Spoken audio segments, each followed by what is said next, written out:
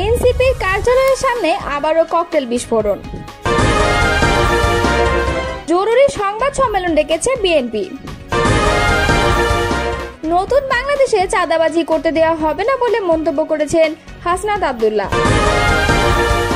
নতুন সংবিধান ছাড়া নির্বাচনে অংশ নেবে না এনসিপি, মন্তব্য করেছেন নাহিদ ইসলাম। রাজনৈতিক দলগুলোর সঙ্গে ঐক্যমত্য কমিশনের ৮ম দিনের বৈঠক চলছে। শাপলা পেতে মরিয়া নাগরিক ঐক্য, এনসিপিও আশাবাদী। এতক্ষণ শুনছিলেন সংবাদ শিরোনাম, এবারে বিস্তারিত। জাতীয় নাগরিক পার্টির কেন্দ্রীয় কার্যালয়ের সামনে আবারও ককটেল নিক্ষেপ করে দুর্বৃত্তরা। এবার একজন আহত হয়েছে বলে জানা গেছে। বুধবার রাতে এই ঘটনা ঘটেছে বলে জানিয়েছে বাংলাদেশের গণতান্ত্রিক ছাত্র সংসদের কেন্দ্রীয় সংগঠক রায়ান ফেরদৌস। রায়ান ফেরদৌস তার ব্যক্তিগত ফেসবুক অ্যাকাউন্টে ককটেল নিক্ষেপ পরবর্তী সময়ের ভিডিও চিত্র সহকারে জানায়, এনসিপির দেশব্যাপী পদযাত্রা উপলক্ষে একটি গাড়ি প্রস্তুত করা হয়েছিল, তা লক্ষ্য করে ককটেল নিক্ষেপ করা হয়েছে। এ বিষয়ে এনসিপি যুগ্ম সদস্য সচিব সালেহ উদ্দিন সিফাত বলেন, আজকে দ্বিতীয়বারের মতো এনসিপি অফিসের সামনে ককটেল সদৃশ বোমা নিক্ষেপ করা হয়েছে। এবারের লক্ষ্য ছিল ঢাকা মহানগর দক্ষিণ এনসিপি জুলাই চিত্র প্রদর্শনীর গাড়িতে। এতে এখন পর্যন্ত একজন আহত হয়েছেন। গতবার ককটেল হামলার পর আমরা আইন শৃঙ্খলা বাহিনীর দ্বারস্থ হয়েছিলাম, মামলা দায়ের করেছি, কিন্তু এখনো তারা অপরাধী শনাক্ত করতে পারেনি। আজকে আবার হয়েছে ককটেল হামলা। তিনি প্রশ্ন ছুড়ে দিয়ে আরও বলেন, ম্যাজিস্ট্রেটের দায়িত্বপ্রাপ্ত সেনাবাহিনী এবং আইন শৃঙ্খলার দায়িত্বপ্রাপ্ত পুলিশ কেবল ছাত্র পিটিয়ে এবং ছাত্রদের প্রতিরোধকে মব আখ্যা দিয়েই কি তবে নিজেদের কর্তব্য পালন করবে? দেশের চলমান রাজনৈতিক পরিস্থিতি নিয়ে জরুরি সংবাদ সম্মেলন ডেকেছে জাতীয়তাবাদী দল বিএনপি। বৃহস্পতিবার দুপুর 1টায় রাজধানীর গুলশানে বিএনপি চেয়ারপারসনের রাজনৈতিক কার্যালয়ে এই সংবাদ সম্মেলন অনুষ্ঠিত হবে। বিএনপি মিডিয়া সেলের পক্ষ থেকে এ তথ্য জানানো হয়েছে। এর আগে গত সোমবার দেশে চলমান রাজনৈতিক পরিস্থিতিতে জরুরি সংবাদ সম্মেলন ডাকে বিএনপি। বিকেলে রাজধানীর গুলশানে বিএনপি চেয়ারপারসনের কার্যালয়ে সংবাদ সম্মেলন অনুষ্ঠিত হয়।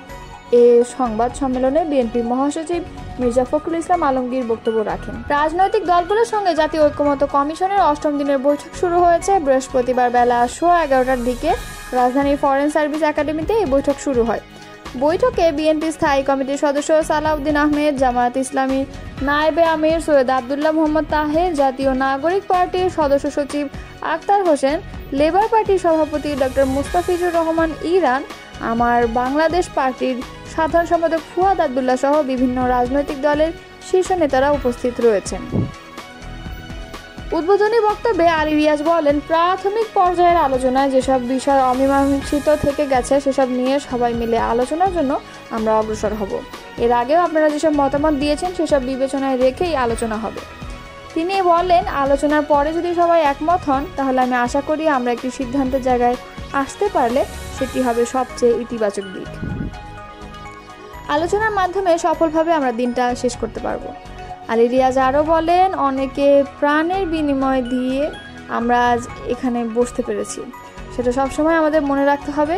সেটাই যেন আমাদের দিক নির্দেশক হয়। অনেক প্রাণের বিনিময়, অনেক অত্যাচার নিপীড়নের পর আমরা আজ একটা সম্ভাবনার জায়গায়, সুযোগের জায়গায় এসেছি। এই সুযোগ অবহেলায় হারানো যাবে না। দেশের চলমান রাজনৈতিক পরিস্থিতি নিয়ে জরুরি সংবাদ সম্মেলন ডেকেছে জাতীয়তাবাদী দল বিএনপি। বিএনপি মিডিয়া সেলের পক্ষ থেকে তথ্য জানানো হয়েছে। নতুন বাংলাদেশে কাউকে চাঁদাবাজি করতে দেওয়া হবে না বলে মন্তব্য করেছেন জাতীয় নাগরিক পার্টির মুখ্য সংগঠক হাসনাত আব্দুল্লাহ। বুধবার দুপুরে এনসিপির দেশ গড়তে জুলাই পদযাত্রা কর্মসূচির দ্বিতীয় দিনে কুড়িগ্রাম শহরের ঘোষপাড়ার মুক্তিযুদ্ধের স্মৃতি ফলকের সামনে সংক্ষিপ্ত পথসভায় এসব কথা বলেন এনসিপির নেতা।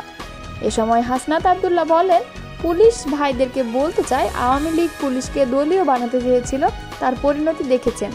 আপনাদেরকে বলবো, দখলপন্থী না হয়ে বাংলাদেশের গণতান্ত্রিক পুলিশ হয়ে উঠুন। এনসিপির পুলিশের প্রয়োজন নাই। এনসিপি মনে করে জনতা হচ্ছে ক্ষমতা।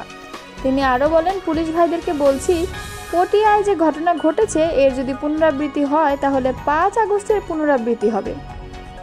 আমাদের স্বাধীনতা ছিল না, নতুন বাংলাদেশ আর কোনো চাঁদাবাজি করতে দেওয়া হবে না, কোনো দুর্নীতিবাজকে প্রশ্রয় দেওয়া যাবে না। পথসভায় এনসিবির সিনিয়র যুগ্ম আহ্বায়ক সামান্তা শারমিন বলেন, আমরা ঢাকা কেন্দ্রিক রাজনীতি করতে চাই না, আমরা চাই প্রতি জেলায় উপজেলায় ছড়িয়ে পড়তে। আমরা আপনাদের সহযোগিতায় এই রাষ্ট্র পুনর্গঠনের দায়িত্ব নিয়েছি। এনসিপির সিনিয়র যুগ্ম সচিব ডক্টর তাসনিম জারা বলেন, আমাদের জেলায় চিকিৎসা নিশ্চিত করতে হবে, এখানকার মানুষ যেন ঢাকায় না যায়। রাজারহাটে ইঞ্জিনিয়ারিং ইনস্টিটিউট যাতে হয়, এখানকার ছেলেমেয়েরা যেন লেখাপড়া করতে পারে, আপনারা আমাদের সাথে থাকবেন।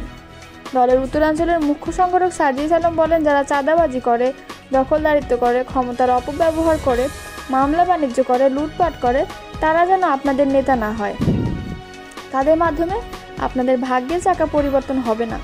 আমরা বিশ্বাস করি আপনারা সেই সংগ্রামী, সেই বিপ্লবী, আপনারা হচ্ছেন সেই কুড়িগ্রামের মানুষ। সেই পরিচয় আগামীর বাংলাদেশ অবশ্যই আপনারা দেবেন।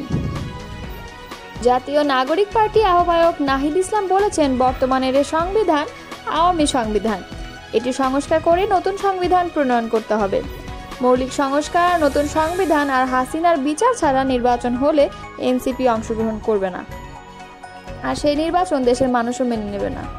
বুধবার সন্ধ্যায় লালমনিরহাট শহরের মিশন মোড়ে জুলাই পদযাত্রা শেষে পথসভায় প্রধান অতিথির বক্তব্যে তিনি এসব কথা বলেন।